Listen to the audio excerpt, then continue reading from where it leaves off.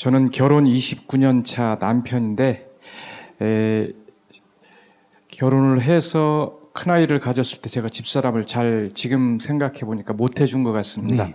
예를 들면 입덧에 대한 이해도 못하고 다른 것 불평불만하면 그것이 왜 그런지 이해를 못하다 보니까 받아치고 그래서인지는 몰라도 그 큰아들과 집사람하고 이제 얘기를 하다 보면 의견 충돌이 잦습니다. 그리고 큰아들은 좀 논리적인데 집사람은 약간 감정적이다 보니까 이제 부딪히고 그런데 그 사이에서 조금 이렇게 좋아지게 하기 위해서는 제가 어떤 원을 가지고 기도를 해야 될까 해서 여쭙습니다. 기도하는 목적이 뭐예요? 일단은 제가 보기에 편했으면 좋겠습니다. 두 사람 사이. 그럼 제 마음이 더 편할 것 같은데. 그러니까 자기 편하자고 지금 기도하자는 거예요? 아내나 아들을 뭐 바꾸고 싶어요? 일단은 보는 제가 더 편했으면 좋겠습니다. 그러면 두 모자가 싸우는 거니까 나하고 관계없는 일이에요.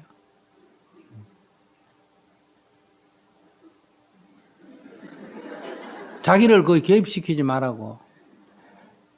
두 모자 사이의 일이니까. 엄마하고 자식 사이에 그럴 수도 있는 거예요. 그 일체 관여를 안 하면 돼요. 보고 있자니 아무래도 이제 신경이 쓰이고 아무래도 이제 그러다 그 문제는 자기 문제요, 그 모자 문제요. 제 문제라고 그래요. 해야 되겠. 그러니까 자기가 내 아내다, 내 자식이다 한데 집착하고 있구나. 그래, 그건 그들의 문제다. 이렇게 한 발 떨어져서 보는 연습을 하면 돼요. 그냥 지켜보면서 기다리고 제 아니지. 마음만 그러니까 웃으면서 이렇게 둘이 싸우든 뭘 하든 신경질을 하든 모자지간에도 저래 싸우네 이렇게 지켜보든지 그 보는 게 잘 안 되고 자꾸 끌려 들어가면 둘이가 싸우는 기색이 보이면 밖에 나가 버려야 돼요. 안 보면 돼. 제일 쉬운 거는 36개입니다. 아시겠어요? 안 보면 돼. 까마귀 노는 것에 백로야 가지 마라. 이렇게 도망가는 거란 말이에요. 근데 이제 그걸 도망 안 가려면 그걸 지켜보면 돼요. 자기로부터 거기에서 내 안에 내 자식이라는 것을 좀 끊으란 말이에요. 그냥 모자, 나하고 붙이지 말고 모자 간에 갈등이 있구나. 만약에 여러분들 부모가 싸우면 내 아버지, 내 어머니 이렇게 붙이니까 시끄러운 거예요. 저 두 부부가 싸우네. 누가 이기노? 한번 관찰해보자. 이렇게. 그런 자세가 필요한 거예요. 그러면 여러분들이 이제 이렇게 하면 당연히 저한테 얘기하죠. 스님은 그런 말을 하지만 그 살면 그래 됩니까? 그래 안 되기 때문에 우리 인생이 괴로운 거예요. 그러면 그렇게 해서 둘이 싸우는데 끌려 들어가면 어떤 관계가 됩니까? 내 어머니 보고 아빠하고 싸우지 마라 한다고 엄마 내 말 듣나 안 듣나? 아빠 내 말 듣나 안 듣나? 안 들어. 그러면 아빠도 내 말 안 돼 믿고 엄마도 내 말 안 돼 믿으니까 나하고 엄마도 나빠지고 나하고 아빠도 나빠지고 아빠 엄마 나빠지고 삼각형 세 병이 다 나빠지는 게 좋나? 둘이가 싸우네 이러면 나하고 엄마하고는 괜찮나 안 괜찮나? 나하고 아빠하고도 괜찮고 엄마 아빠만 싸우니까 세 변 중에 두 변은 괜찮고 한 변만 나빠지잖아. 어느 게 이기예요? 그 연습을 해야 된다. 그게 잘 안 되는 건 나도 이해해. 그러니까 자꾸 연습을 해서 이 세상을 다 내 뜻대로 바꾸려면 안 돼요. 못 바꿔. 그러니까 세상은 내 뜻대로 안 돼요. 그것이 내 자식이고 내 부모고라도.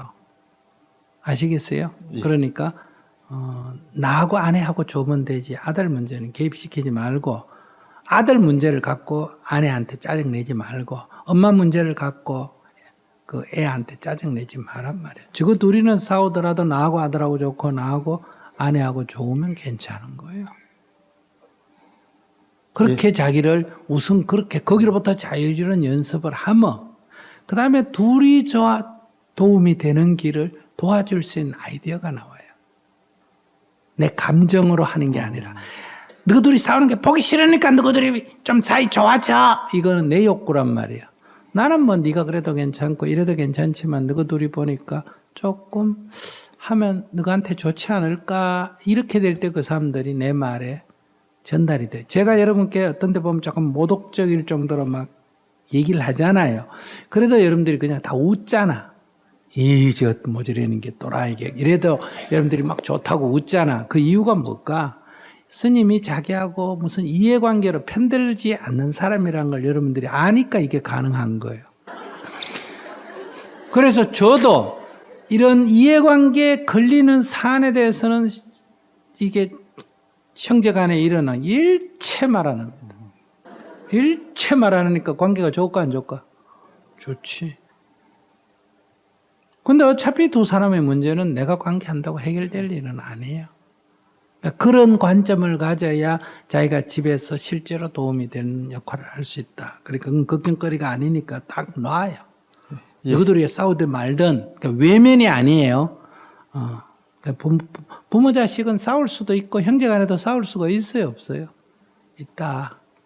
저렇게 모자간에 싸우네. 나도 옛날에 저렇게 부부간에 싸웠겠다. 나도 애들하고 저래 싸웠겠다. 참 보기 안 좋구나.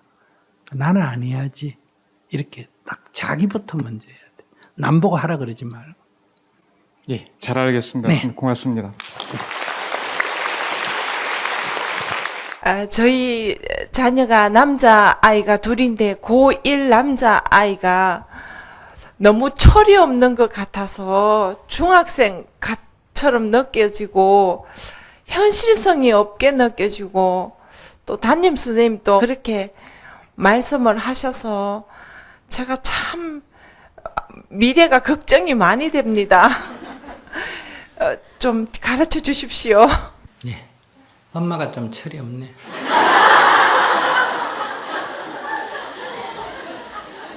엄마가 철이 없기 때문에 애가 철이 없는 거예요. 그러니까 엄마가 애 걱정은 지금부터 하지 말고 이 순간부터, 오늘 질문한 이 순간부터 애가 철이 있느니 없느니 뭐 담임도 없다 그러더라 이런 생각을 하지 마세요. 우리 아이는 다 잘 살고 있다. 우리 아이는 아무 문제가 없다. 다만 다른 애하고 조금 다를 뿐이지 아무 문제가 없다. 엄마가 아이를 딱 믿어줘야 돼. 엄마가 아이를 불신하는데 아이가 어디 가서 신뢰를 얻겠어요. 제 엄마도 안 믿는 아이가 누가 남이 신뢰해 주겠어요. 사람을 때리거나 죽이거나 도둑질을 하거나 강도짓을 하거나 그 다음에 성추행을 하거나 성폭행을 하거나 그 다음에 거짓말을 하거나 욕설을 하거나 술 먹고 취하거나 마약을 하거나 요게 아닌 경우는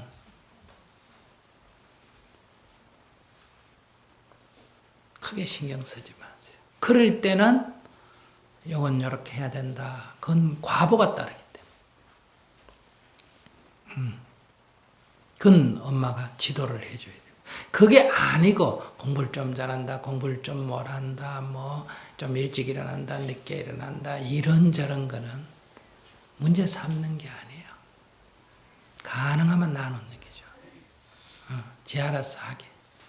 나눠놓는데 첫째 아무 문제가 없다. 오늘 스님 말을 듣고 스님께 여쭤보니 우리 아이가 아무 문제가 없다더라. 아이고 우리 아이가 아무 문제가 없구나. 내가 괜히 걱정했구나. 탁 놔버려. 두 번 다시 이제 이런 얘기 하지 마. 애가 문제가 있다 이런 생각 하지 마. 그럼 아이가 자꾸 문제 있는 아이가 돼. 두 번째는 그런데 내 속에서는 계속 애가 좀 부족하다 이런 걸 자꾸 일어난단 말이에요. 문제가 없다. 애가 안 일어나면 그만인데 자꾸 일어나거든. 내가 기도를 해라. 5에 딱 일어나가 108배절을 하면서 참회 기도를 해라. 그걸 하나도 안 빼고 어떤 어려움이 있더라도 새벽 2시에 자더라도 5시에 일어나 기도하고 12시에 다 5시에 일어나 기도하고 초상이 나도 살짝 나와가 기도하고 이렇게 꾸준히 내가 정진을 하면 그 파장이 아이에게 영향을 줘서 비록 약간 그 나이에 철이 없어 보인다 하더라도 오히려 그것이 장점이 돼서 다 자리 잡혀서 저절로 이렇게 좋은 쪽으로 가게 돼. 애 보고 이래라 저래라 이래라 저래라 하는 건 아무 도움이 안 돼. 애한테 기만 죽이고 자꾸 주위 사람에게 우리 애는 철이 없어 어쩌고 저쩌고 해가 이미지만 자꾸 아이에게 나쁘게 만들고 아이도 나중에 자꾸 엄마한테 그런 소리 들으면 자기도 그렇게 자기가 그런 줄을 알아버리고 이렇게 해서 오히려 일이 복잡해져. 아이한테 좋은 엄마로서의 역할이 아니다. 그저 우리 아이 걱정해주면 다 아이에게 도움이 된다 이렇게 생각하면 안 돼. 여러분도 다 자녀를 사랑으로 돌본다는데 애들 얘기 들어보면 그 감옥에서 목이 쫄려 죽겠다 그래. 그러면 이제 반발이 생겨요. 그 엄마가 필요 이상으로 자신들에게 간섭한다고 생각하면 엄마의 말을 안 믿게 되고 거기에다 저항하게 됩니다. 그런 것을 자초하게 된다. 그래서 애가 뭐 중학생이 연애를 하든 고등학생이 연애를 와서 얘기하면 들어줘야 돼. 들어주면 그 아이가 어떤 일인지 내가 미리 알 수가 있어. 그럼 진짜 위험할 때 내가 딱 제동을 걸 수가 있어. 근데 얘기하면 여기 공부는 안 하고 뭐 이런 게 다 있나? 이런 식으로 해버리면 어떠냐. 아, 이런 얘기는 엄마한테 하면 엄마가 싫어하구나. 안 해버려. 그래서 어느 날 사건이 펑 터졌는데 보면 기절초풍할 일이 일어나는 거.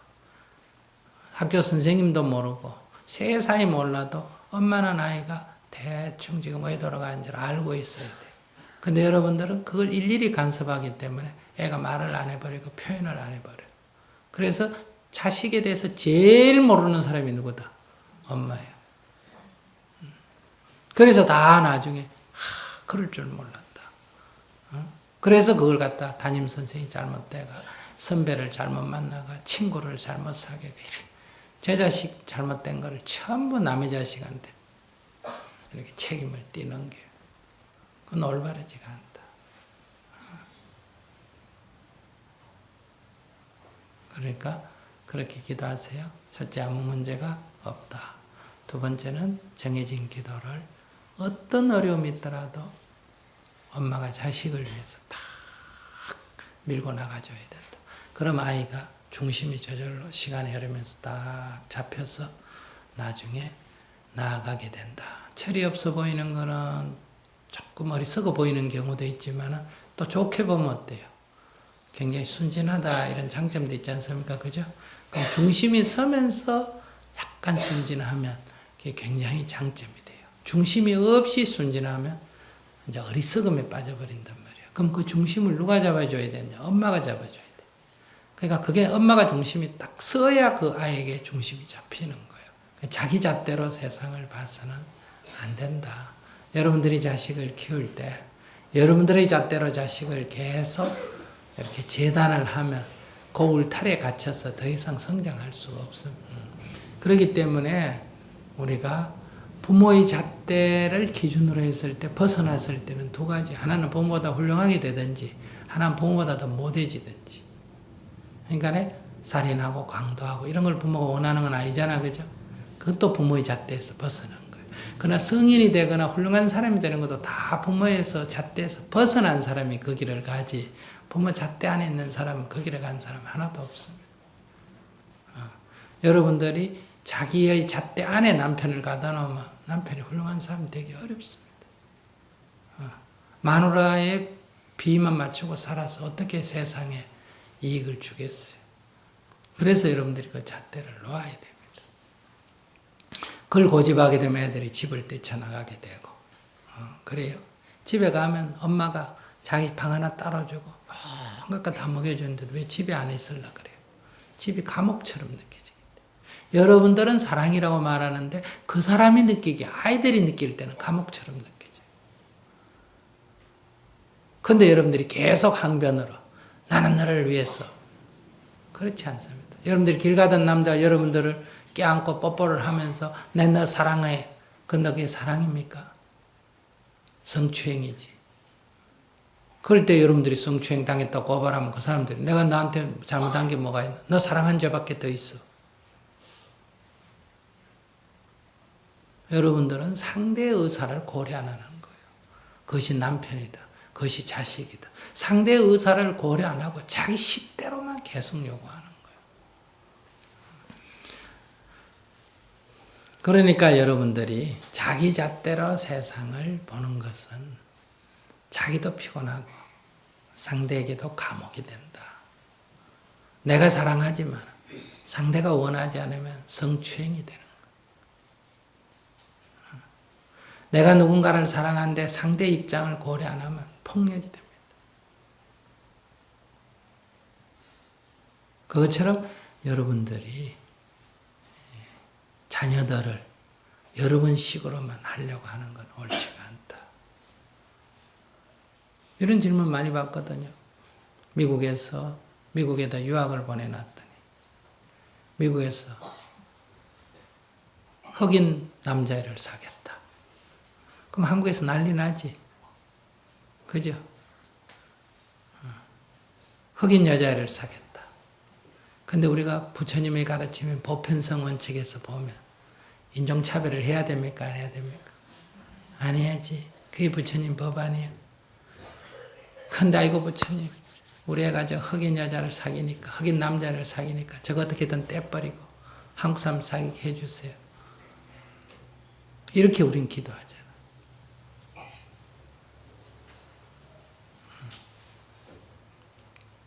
오늘날 세계가 보편화의 세계로 나아가고 있어요. 어느 정도냐? 여자가 여자끼리 결혼하고 남자가 남자끼리 결혼하는 동성의 결혼도 어때요? 법적으로 인정하고 다 해가는 이런 정도의 시대에 왔습니다. 그것이 스님이 옳다, 맞다 이런 얘기를 하려는 게 아니에요. 또 보면 잘못 듣고 그렇게 듣지 말고 그런 시대에 왔다 이 말이에요. 결혼했던 부부가 이혼을 해가지고 남편 벙이 살아있는데 아내 벙이 살아있는데도 딴 여자와 결혼하는, 그래서 부인도 바꾸는 시대에 살고 있고, 자기가 태어난 국가에서 일본으로 가가 일본 국적을 얻고 중국으로 가가 중국 국적을, 미국 가가 미국 국적을 얻어도 되는 시대에 살고 있어. 이런 시대에 살고 있으면서 종교를 바꾸면 됩니까 안 됩니까? 이래 물어.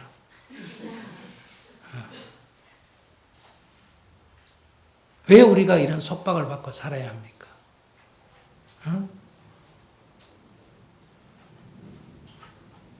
그러니까 우리가 지금 어떤 시대에 사는지 모른다.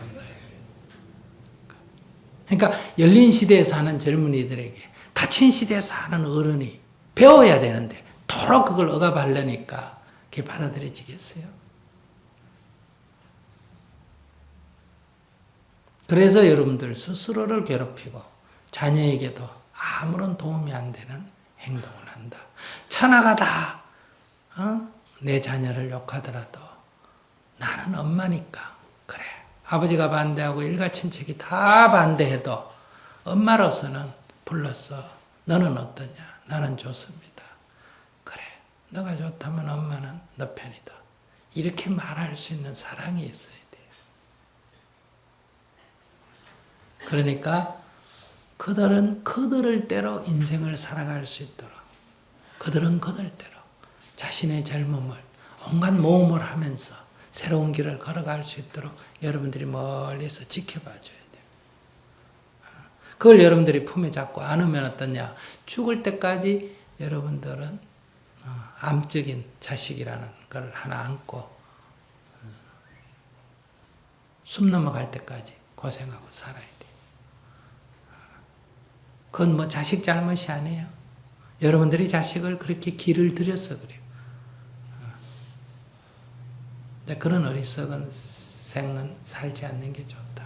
저는 41살 되는 아들 때문에 말씀드리려고 네네. 결혼을 했는데 네. 저 가족 책임을 안 지요. 네네.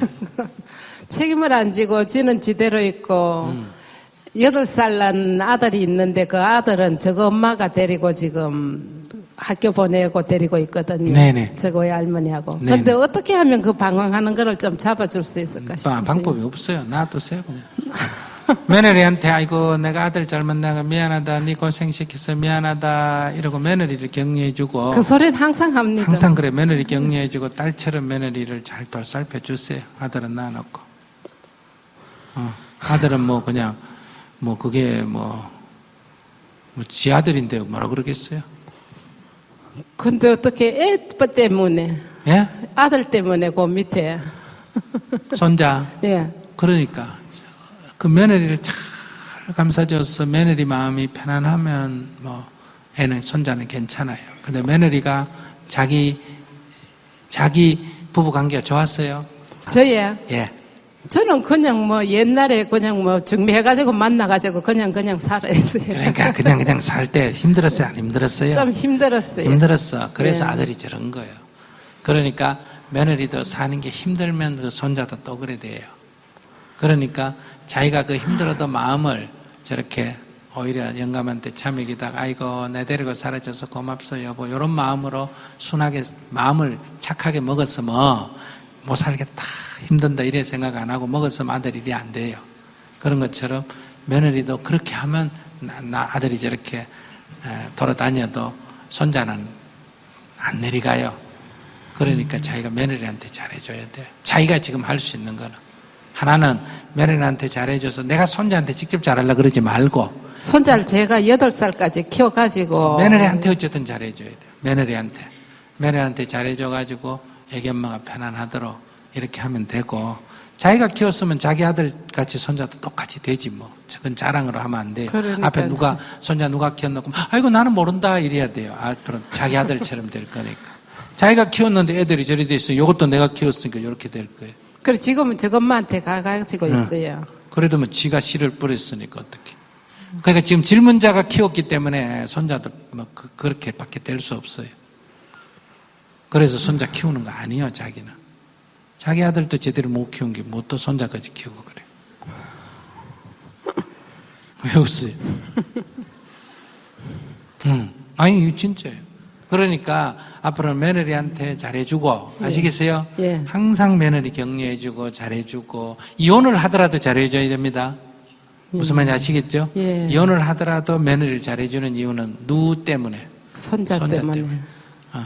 손자한테 잘해주려고 하지 말고 이혼을 해도 예. 자기도 만약에 부인이 아내라면 저런 아들 같은 인간하고 살기 힘들어요? 안 힘들어요? 힘들지. 힘들지. 그러니까 항상 며느리 편 들어주고 며느리만 편안하게 해줘야 손자가 좋아져요. 그리고 아들은 잔소리는 하지 말고 예. 야단은 쳐야 돼요. 잔소리는 하면 안 돼요. 따끔하게 야단을 쳐야지. 그냥 놔두든지 얘기를 하려면 야단을 쳐야지. 잔소리식으로 아이고 니 좀 돈 벌어가지고 저 살아야지 니가 이런 소리는 하지 말아요. 그런 거 하면 얘는 더 귀찮아가 더 성질내요. 지금은 아무 말도 안 해요. 그래. 아무 말도 안 하든지 하려면 예. 당장 나가라 이놈 나쁜 놈. 집에는 없어요. 아니 그러니까 나가서. 보면 예. 나쁜 놈이라 그래야 돼. 알았어요? 예. 나쁜 놈이라고. 나는 옛날 사람이라 이래 살았지. 요즘 여자가 누가 네 같은 인간하고 살겠노? 아시겠어요? 예. 나쁜 놈이라고. 네가 자기나 자식을 생각하고 부인을 생각하면 네가 그런 식으로 해서 되겠나? 이렇게 딱 자주 얘기하면 안 되고 한 번씩 야단을 쳐줘야 돼. 그래서 첫째는 어쨌든 며느리한테 잘해주고 두 번째는 자기 엎드려가 영감한테 절을 해야 돼요. 돌아가셨어요? 살았어요? 살아계시요. 살아계세요. 절을 하면서 근데 아이고, 몸이 많이 안 좋아요. 아이고 영감 내가 당신한테 잘못했어요. 아이고 저하고 산다고 당신 얼마나 힘들었어요. 이렇게 계속 참여를 해야 돼요. 예. 영감이 나한테 참여하지 내가 할 게 없죠. 그래요. 저도 알아요. 그래도 이걸 해결하려면 자기가 엎드려 절을 해야 돼요. 예. 알았죠? 예, 고맙습니다. 네.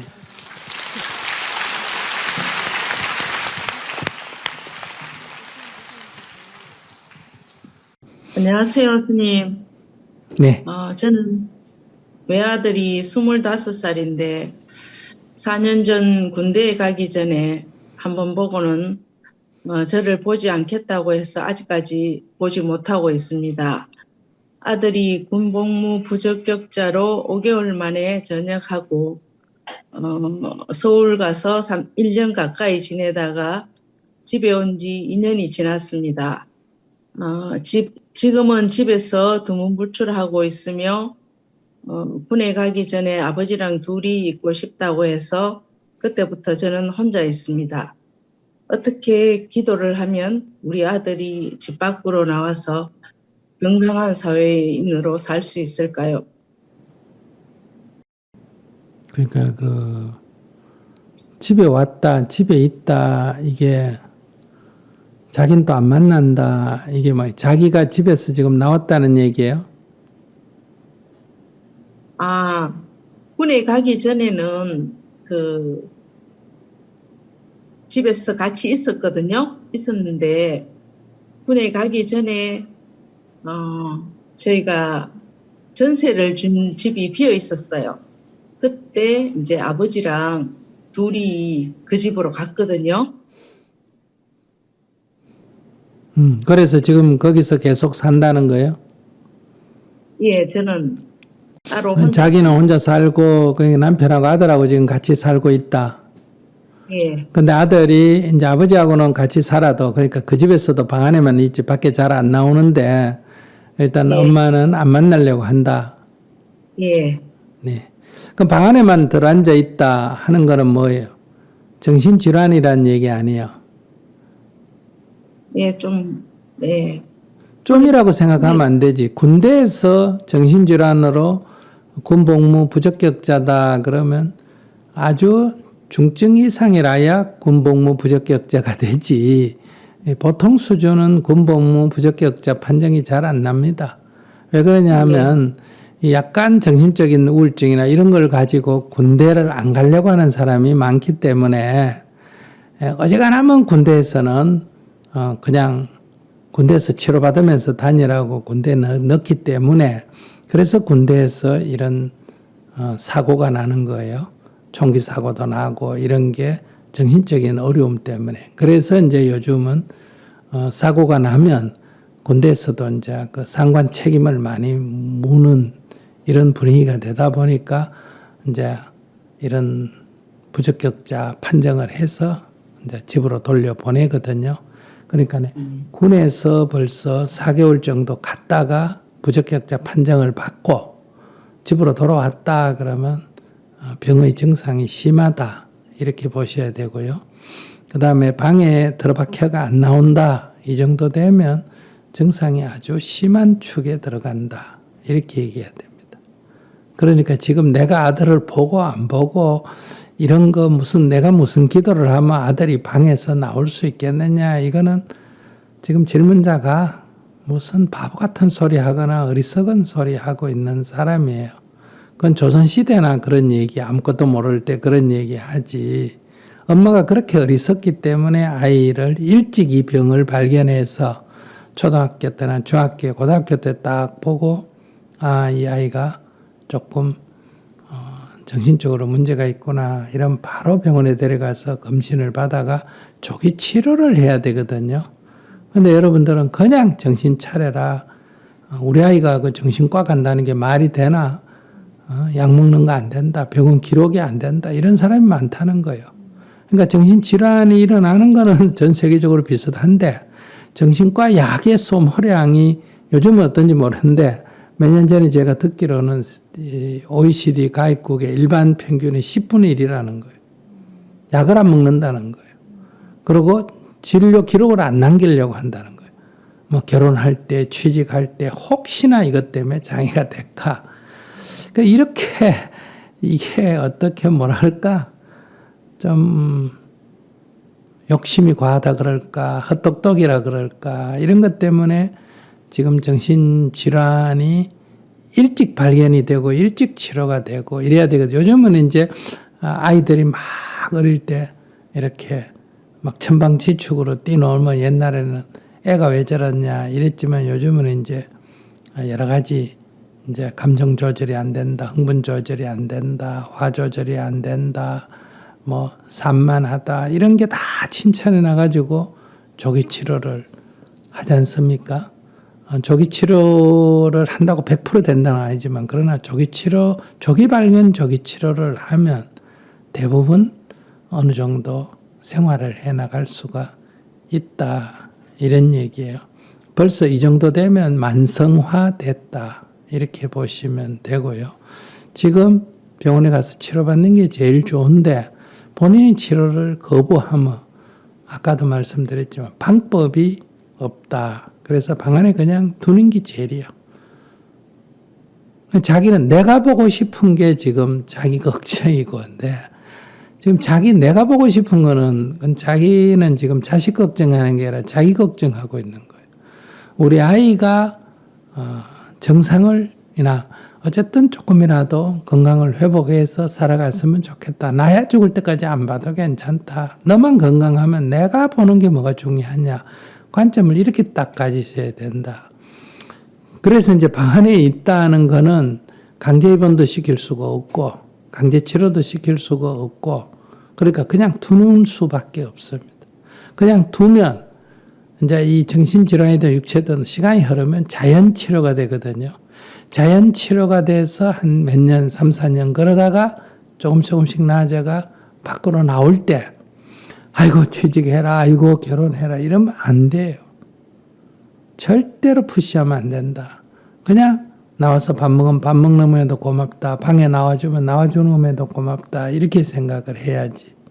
왜냐하면 이게 아직 치료가 된 게 아니라 약간 좋아진 상태거든요.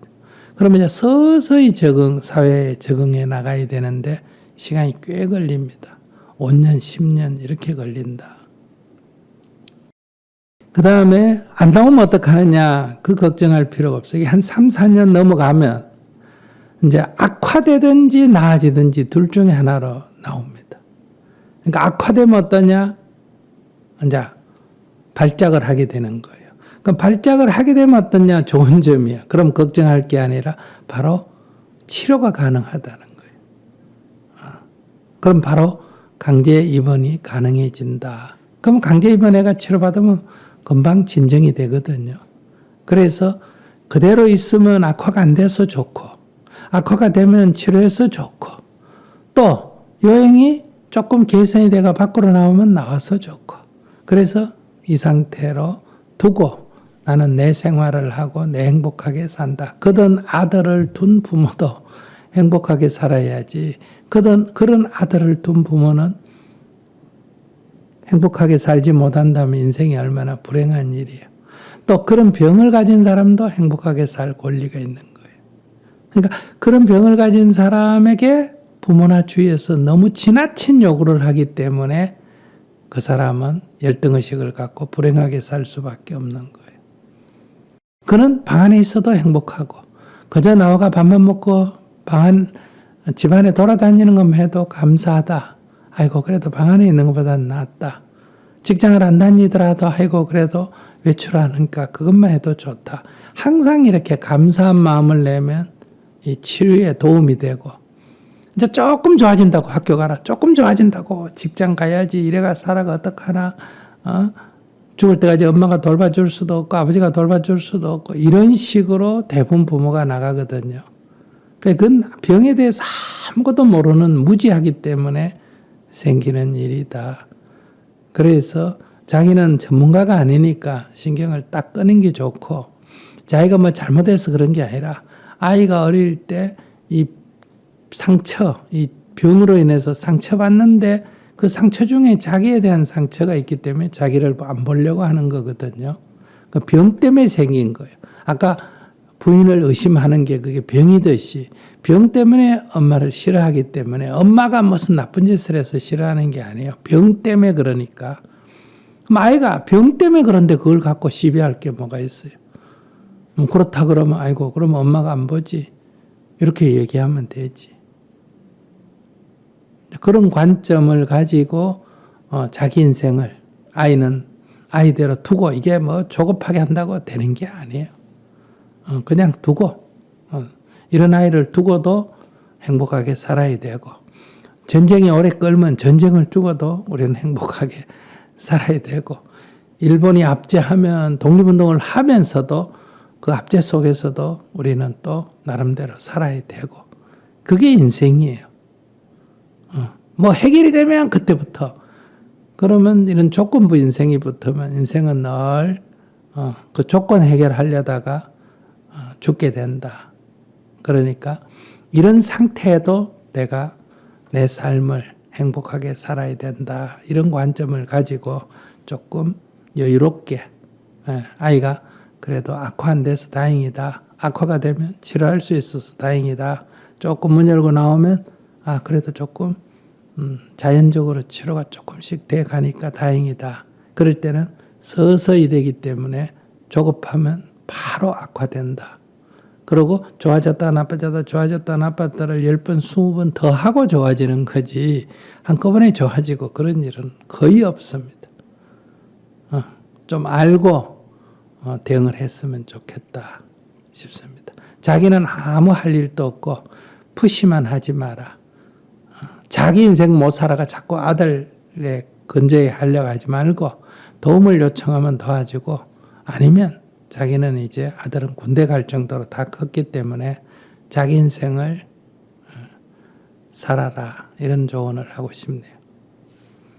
예, 잘 알겠습니다. 스님 감사합니다. 네. 여러분들 생각은 그저 아이가 아프면 아이가 빨리 나았으면 좋겠다. 아이가 집 나가면 빨리 들어왔으면 좋겠다. 남편이 술 먹으면 술 안 먹었으면 좋겠다. 애가 시험 치면 시험 걸렸으면 좋겠다.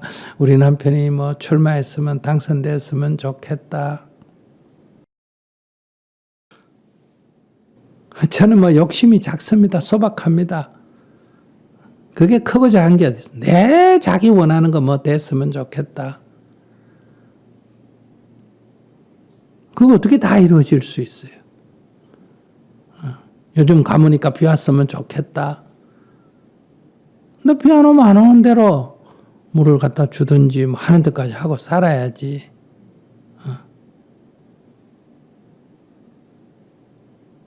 그 조건 속에서도 그 물을 뿌리면서도 비를 기다리면서도 다른 일을 또 해야지.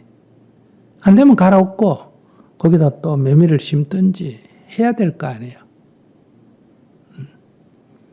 그러니까 여러분들이 늘 그렇게 해주는 자. 그래서 이게 종교가 끝이 안 나는 거예요.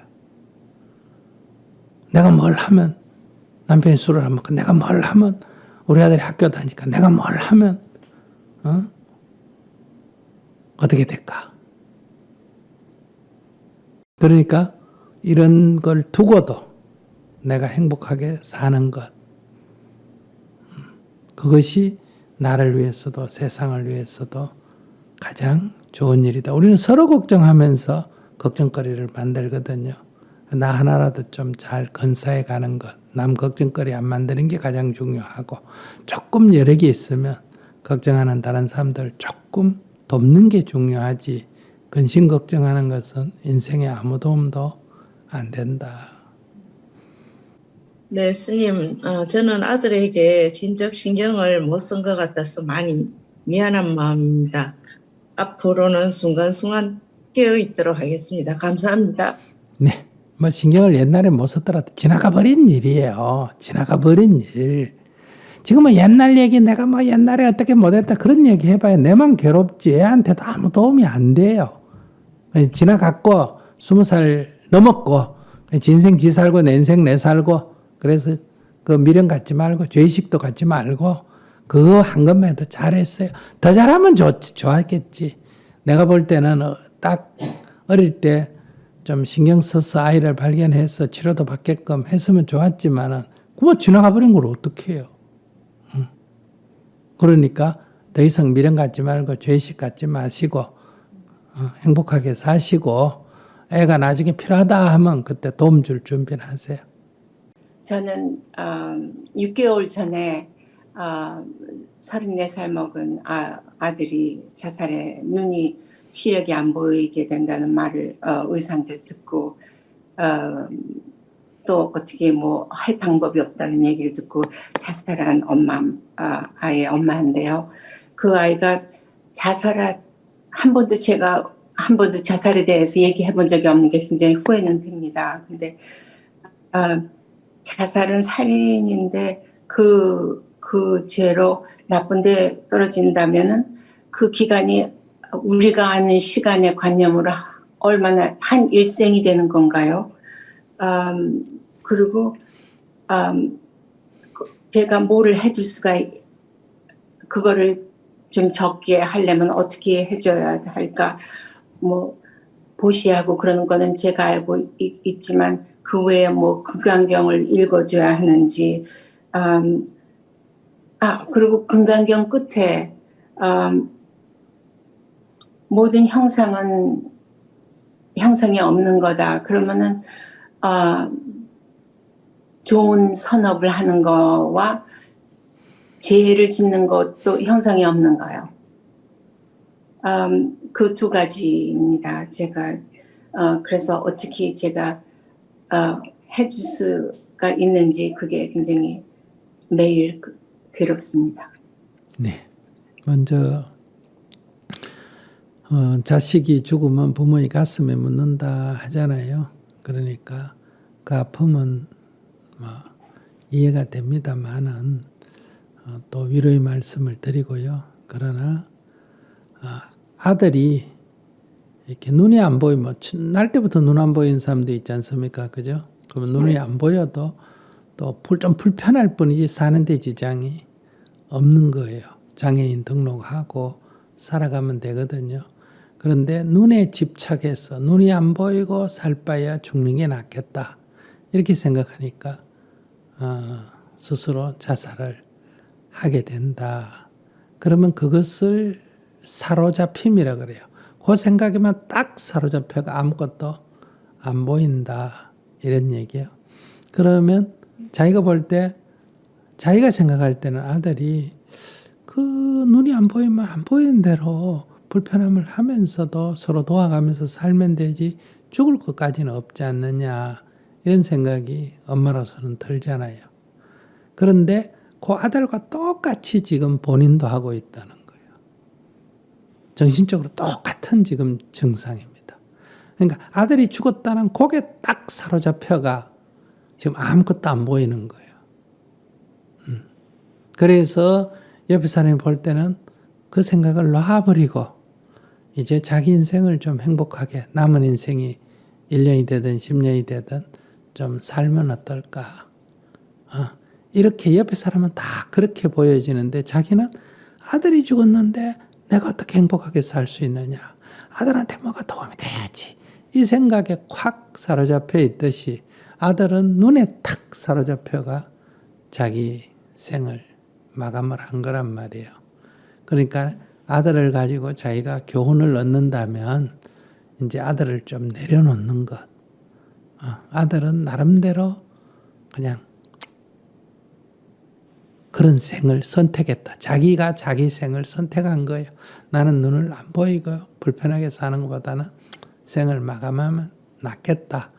우리 아들이 그걸 선택했기 때문에 그래, 너 뜻을 존중한다. 엄마는. 엄마로서는 아쉽지만은 그래도 엄마는 너를 선택을 존중한다. 그래서 다음 생이 있다면 다음 생에는 건강하게 잘 살아라.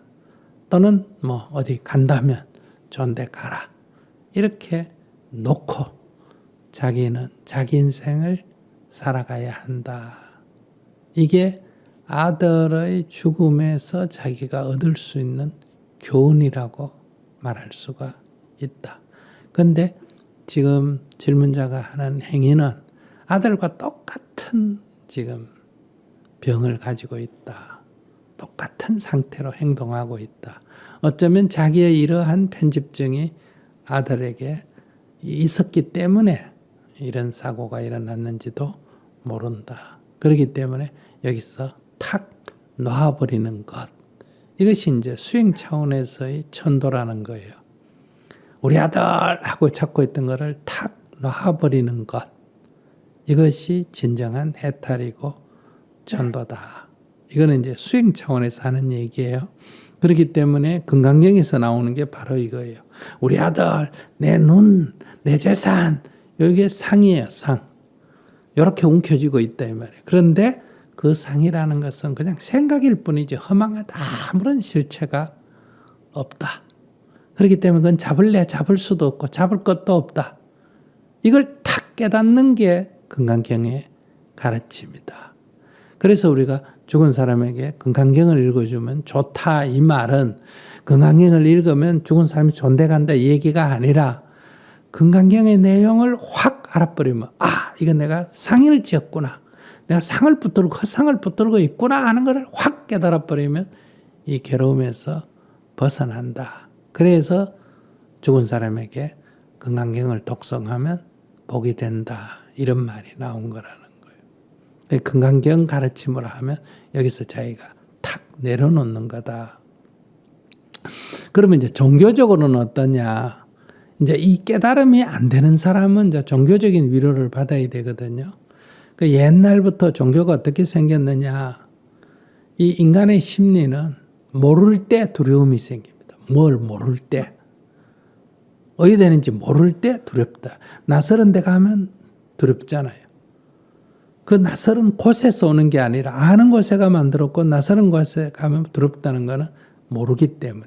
아는 사람을 만나면 안 두려운데 낯설은 사람을 만나면 두려워. 왜? 모르기 때문에. 아는 일을 하면 괜찮은데 처음 하는 일은 두려워. 왜? 모르기 때문에. 그러니까 모르기 때문에 두려움이 생긴다. 근데 우리가 죽음이라고 하는 것은 너도 모르고 나도 모른다. 그렇기 때문에 인간에게 가장 큰 두려움은 죽음이에요.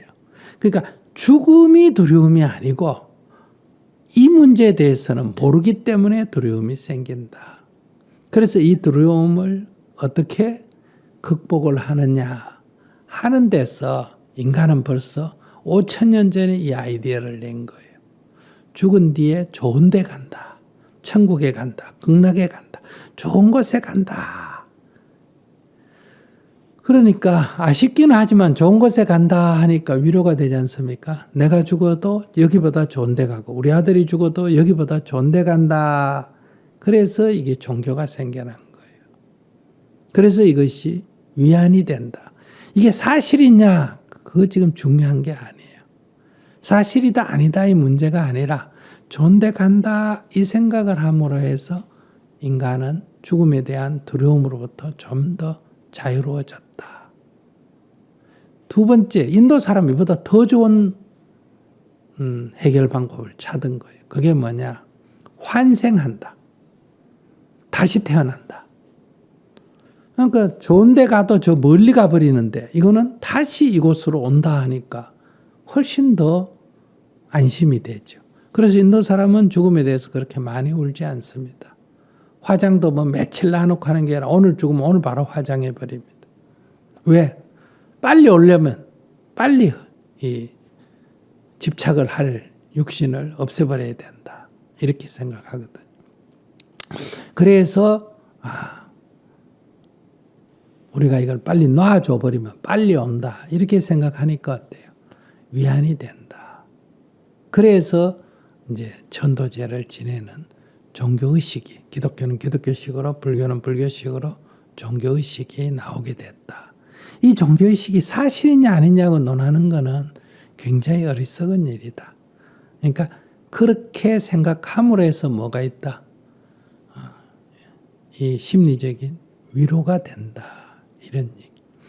그래서 이제 종교적으로 불교에서는 사람이 나쁜 짓을 하면 지옥에 가고 좋은 일을 하면 천상에 가는데 그 나쁜 자기가 남을 해치거나 남의 물건 훔치거나 나쁜 짓을 해서 지옥에 갔는데 제일 중요한 거는 죽어서도 그걸 깨우치면 나올 수 있는데 스스로 힘으로 나올 수 있는데 대부분 다 못 깨우친다는 거예요.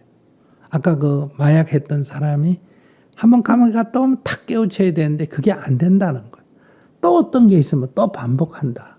그래서 옆에서 다른 사람이 도와줘야 되는 거예요. 그래서 우리가 남을 때리면 어떻게 합니까? 사과도 해야 되지만은 이 참회라 그래. 사과도 해야 되지만 배상해 줘야 되잖아. 그죠? 그래서 베풀어야 된다. 남에게 베풀어야 된다.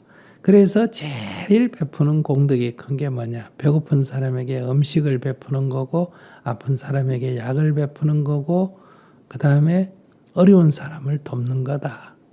그래서 이제 이 백중제 같은 거 보면 이제 조상영가를 전도하는 방법으로 음식을 마련해서 배고픈 사람에게 스님들께 공양을 올리면 그 공덕으로 지옥에 있는 우리 목련존자 어머니가 구제가 됐다. 이런 설화가 있지 않습니까? 그래서 이 사람이 죽었을 때 죄를 지낼 때 가장 중요한 거는 베푸는 거다. 이 베푼다. 그러니까 49제, 천도제 할 때 제자는 제사 지낸다는 뜻이 아니고 베푼다는 뜻입니다.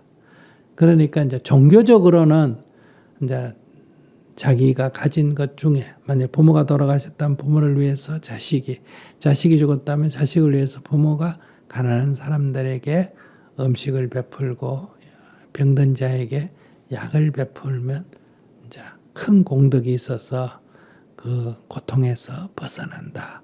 이거는 사실이냐 아니냐 이렇게 묻지 말고 그게 믿음이라는 거예요. 이 종교적인 해결책이다. 그러면 수행적 해결책은 뭐냐? 집착을 놔버리는 거다. 이것도 아들이다 하는 상을 짓고 붙들고 있는데 그 상은 허망한 거다. 그걸 탁 놔버리면 내가 자유로워진다. 이거는 이제 수행적 관점에서 하는 얘기고, 종교적으로는 어려운 사람에게 베풀어서 그 공덕으로 좋은 곳으로 가게 된다. 이렇게 말씀을 드릴 수 있겠습니다. 자기는 이제 두 가지를 다 병행해 보세요. 아, 이게 상이구나. 아들이 눈에 집착하듯이 내가 아들에 집착하고 있구나. 아들이 저지른 바보 같은 짓을 나도 동시에 하고 있구나. 아, 나는 바보 같은 짓을 안 해야지. 그래, 너는 존대 가라. 나는 너를 통해서 내가 깨달음을 얻어서 나는 행복하게 너 공덕으로 살 거야. 이렇게 탁 지금 돌아오는 게 수행적 관점이고, 그래도 우리 아들이 그래도 마음에 이게 안 없어지면 이제 어려운 사람을 위해서 베풀므로 해서 존대 갔다. 그렇게 하면 존대 간다 하니까 믿음을 통해서 이제 안심을 하는 길이 있다. 이렇게 말씀을 드릴게요. 감사합니다. 근데 저는 어떻게 사는 거는 뭐 내가 괴로운 거는 뭐 그러다가 한 1년 이내에다가 적어지겠지만 그 아이에 대한 무슨 해결 방법이 없으니까 그게 괴로운 거죠. 종이에다가 예. 아들 그림을 그려놨어요. 종이에다가 예. 내가 아들 그림을 그렸어. 그래 그 종이를 태웠어요. 그러면 그 종이 그림에 있는 아들은 어디 있어요? 탔죠. 없어졌죠.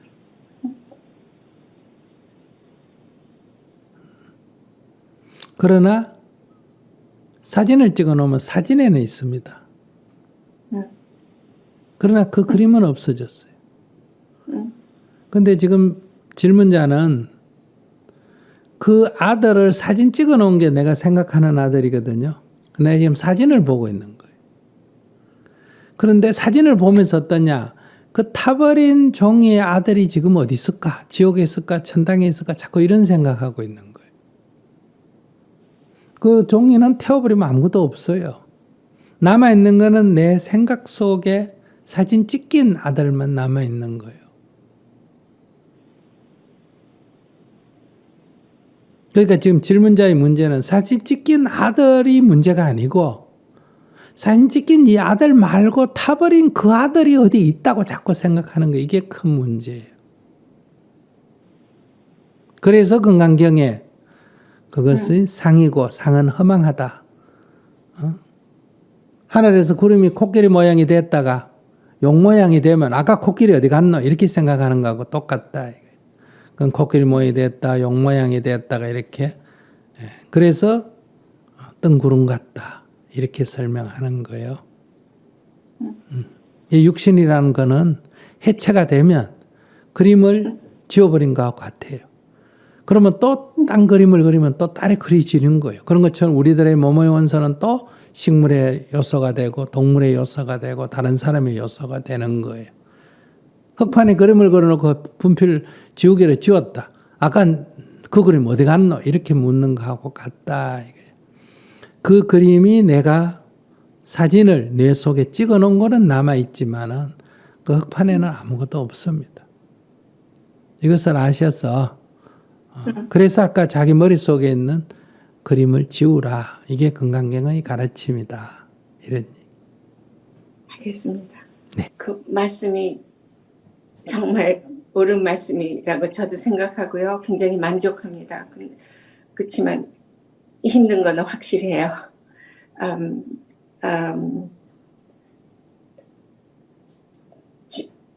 죽은 사람은 벌써 갔지만 저를 위해서 남은 생애를 살아야 되는 거에 대해서 도와주시는 그거를 감사하고요. 그렇지만 간 아이가 안 됐죠. 그래서 그것도 스님께서 오늘 굉장히 잘 설명을 해주신 거에 굉장히 감사하고 만족합니다. 사실 그리고 제가 노력하겠습니다. 감사합니다. 질문자님께서 병원에 가서 한번 진료받아 보신 적이 있습니까?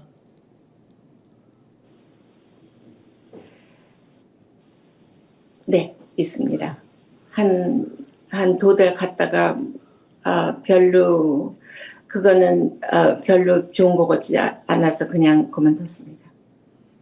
네, 제가 볼 때는 이 기도를 하면서도 정신과 치료를 조금 받으면 이 심리를 안정시키는데 훨씬 도움이 된다. 지금 이게 자기 눈에는 그 그림이 보이고 아들 그림이 보이고 이러기 때문에 옆에서 다른 사람이 아무리 얘기해봐야 소용이 없습니다. 자기한테는 확실히 그 존재를 자기가 느끼고 있기 때문에. 그래서 네, 이것은 우리는 그걸 또 이해해야 되고, 그러나 네. 약간의 치료를 겸하면, 지금도 좋지만 치료를 겸하면 저는 상태가 더 좋아지지 않겠나 이렇게 해서 제가 한번 여쭤보는 거예요. 네, 감사합니다. 맞아요. 네, 감사합니다. 네네. 안녕하세요, 스님. 네. 그 아들 때문에 고민이 돼서 나왔습니다. 네네. 질문하세요. 네, 사실은 제가 이제 자녀가 이제 대학을 서울로 가가지고 서울에서 대학 생활하고 그 후에 이제 취업 준비를 위해서 이제 계속 지금 30살이 됐는데요. 계속 취업 준비를 위해서 계속 뒷바라지를 해왔는데 지금 30된 나이에 갑자기 글을 쓰겠다고 그래가지고요. 뭐라고? 글을 쓰겠다고 그래가지고요. 네네. 그게 너무 충격 받았거든요. 글을 쓰겠다는데 왜 충격적? 아니 근데 그동안에 공부해놓은 거 가지고 글 써가 먹고 살겠다는데. 근데 제가 봤을 때는 그걸로 성공하기 굉장히 어려운 시대잖아요. 그래서 그걸 어떻게 알아? 나이도 많고 그러는데 솔직히 그런 나이가 많아야 나오는 거예요. 그래서 이제 갑자기 그렇게 진로를 바꾸고 그래서 저희는 이제 사실은 이제 지가 원하는 것은 음악 하겠다 해서 음악 하게끔 그 뒷바라지 해줬었고 하다가 또 그만뒀거든요. 네. 지가 아니니까 또 그만두다가 또 공무원 시험을 준비하겠다 해서 했고 또 갑자기 또 준비하다 보니까 또 그게 아닌지 진로를 또 갑자기 바꿔서 글을 쓰겠다고 하는데 굉장히 좀 그건 뭐 부모로서는 자기고 글을 쓰는 거는 그 자녀의 자유니까 자기는 이제 20살이 넘었으니까 더 이상 네. 뒷바라지를 안 하면 되지. 그래서 사실은 이제 자녀하고 대화를 하면서 네 일은 네가 알아서 이제 모든 것은 네가 알아서 하라고 네. 이제 해결하라고 내치긴 내쳤는데요. 내친 게 아니에요. 왜 그걸 내쳤다 그래? 고민이 돼서요. 아니요. 네. 고민할 거 없어요. 부모로서 좀 걱정도 되고 부모의 의무는 20살에서 끝났다니까요. 밥 하나를 지원 안 해줘도 윤리적으로 법률적으로 부모의 잘못은 아니에요. 근데 더 해주는 거는 그건 개인의 자유니까 그건 제가 뭐라고 뭘 못하겠어요. 여러분들은 스님한테도 보시하는 사람이 있습니까 없습니까? 있죠. 다른 애들한테도 젊은 애들한테 장학금 주는 사람이 있습니까 없습니까? 있는데 자기가 자기한테는 뭘 지원하겠다는 걸 내가 그걸 말할 필요는 없지만 그건 개인의 자유다 이 말이에요. 스님한테 보시 안 해줬다고 나쁜 사람이 아니고 다른 학생한테 장학금 안 줬다고 나쁜 사람 아니듯이 자기가 20살 넘은 자녀에게 어떤 지원을 안 했다고 털 것만큼도 그건 잘못된 게 아니다 이 말이에요. 더 해주는 건 자기 선택의 자유니까 내가 관여할 필요가 없고. 그러니까 아까 저 금방 물은 사람하고 정반대잖아. 자기는 지원해 주는 대신에 내 말 들으라는 거 아니야. 아들은 자기 마음대로 한번 살아보겠다는 거 아니야. 그러면 아들은 원하는 게 이거예요. 내 마음대로 살고 지원도 받겠다 이거예요. 그 계산인 것 같아요. 그래. 그러니까 그건 아들의 요구예요. 아시겠어요? 그 부모는 네가 알아서 살고 내 말 들어라 이거예요. 대부분 부모는 다 지가 빨리빨리 취직해가 자리배가 살면서도 부모 말 잘 들으면 좋나 안 좋나? 뭐 효자라고 하지. 그 이렇게 이해가 서로 상충되는 거예요. 그러니까 20살이 넘어서 자식이 부모 말을 듣든 안 듣든 건 자식의 자유에 속하고 20살이 넘은 자식한테 지원을 해주든 안 해주든 그건 누구의 자유에 속한다? 부모의 자유에 속하는 거예요. 그러니까 자기의 책임은 끝난 거예요. 자식도 자기 말을 들어야 할 의무가 끝난 거고 자기는 자식을 도와야 할 의무가 끝났다 이 말이에요.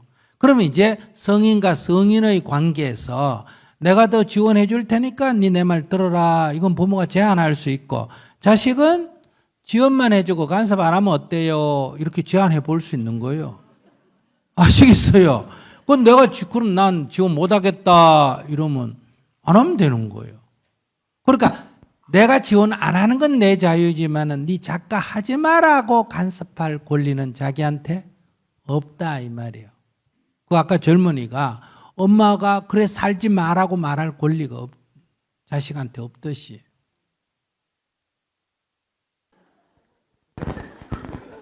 이제 자기가 그렇게 살면 자기는 어떻게 되느냐? 죽을 때까지 자식의 무거운 짐을 져야 됩니다. 그걸 각오하셔야 돼요. 왜? 제가 한번 봅시다. 우리 친구들이 쭉 있는데 동창들이 한 20명 있는데 그중에 누가 힘이 들어가지고 동창들한테 돈을 빌리러 갔어요. 아무도 안 빌려주는데 제가 빌려줬어. 그러면 그 사람이 다음에 돈 빌릴 때 나를 찾아올까요? 이제 저 스님한테 난 빌렸으니까 딴 동창한테 찾아갈까? 네? 나한테 찾아오겠죠? 이게 염치가 없어서 그래요. 그게 자연스러움이요. 네. 그러면 누가 돈 없다고 그 사람한테 빌리러 오면 그 사람이 누구 추천을 해줄까?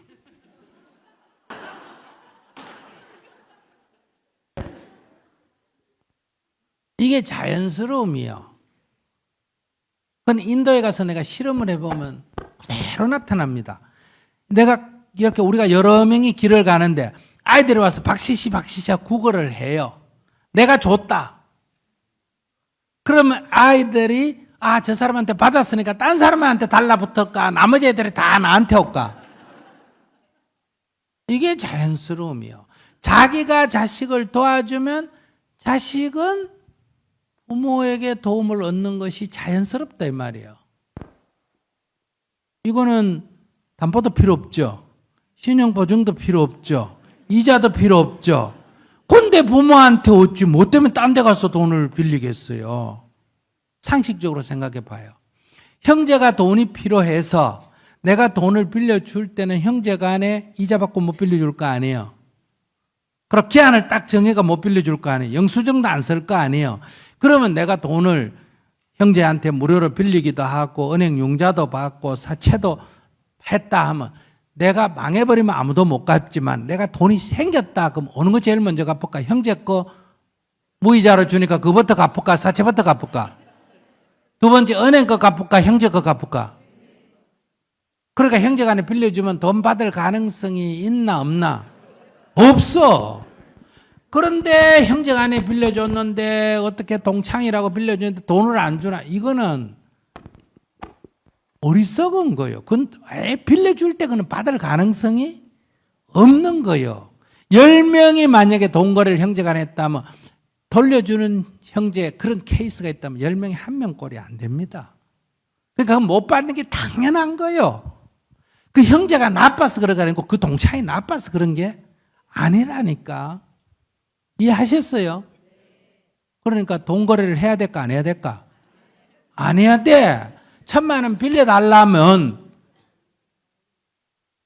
100만 원 얼른 줘버려야 돼. 그러니까 돈 거래하지 말란 거는 빌려주지 말란 얘기지 돈을 주지 말란 얘기가 아니다 이 말이야. 그러니까 아이고 1,000만 원 없다. 그래 어렵다고 내 100만 원 이거라도 그럼 조금이라도 보태 써라. 이러고 얼른 빨리 정리를 해야 돼. 안 그러면 요거라도 먹든지. 요거도 먹기 싫으면 돈을 말은 빌려준다 하지만 속으로는 어떻게 한다? 받을 생각을 포기해야 돼. 겉으로 갚지 마라 이런 말 할 필요 없죠. 속으로는 이걸로 끝내야 돼.